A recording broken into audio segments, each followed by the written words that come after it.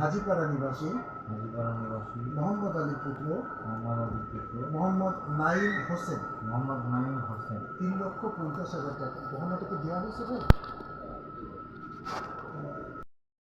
স্বর্ণালঙ্কর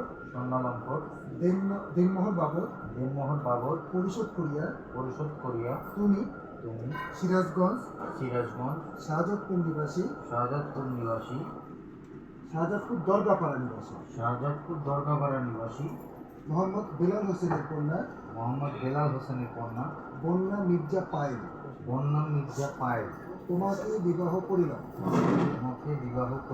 তুমি কি রাজি আছো? মেয়ে বলতে হবে আলহামদুলিল্লাহ, আমি কবুল করলাম।